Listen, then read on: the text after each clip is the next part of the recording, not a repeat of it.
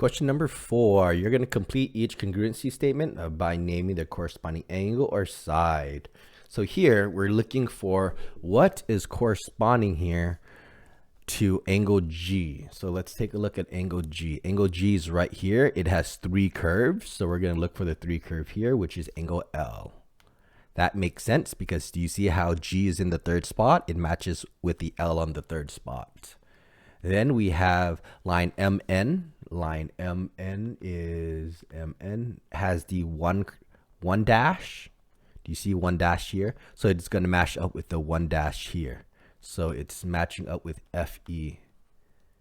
Line FE. That makes sense because notice MN is the first 2. Will match up with the first 2 letters here as well.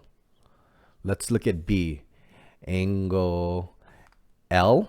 So let's look at angle L. This is angle Y. Angle Y is 3 curve. So it matches with the 3 curve here.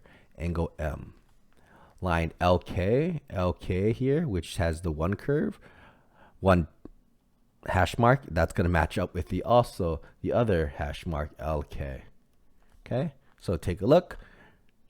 Here LK matches up with LK here. And the M matches up with the Y here. And let's look at C. Angle E. Angle E is right here with 2 curve. It's going to match up with the 2 curve here, which is angle I. This makes sense because look, E is in the middle. I is also in the middle. Then we want line FE. Where's FE? FJ. FJ is right here. It has 3 curve. Matches up with the 3 curve here. 1, 2, 3. So that's JH. JH. Okay, that makes sense because take a look.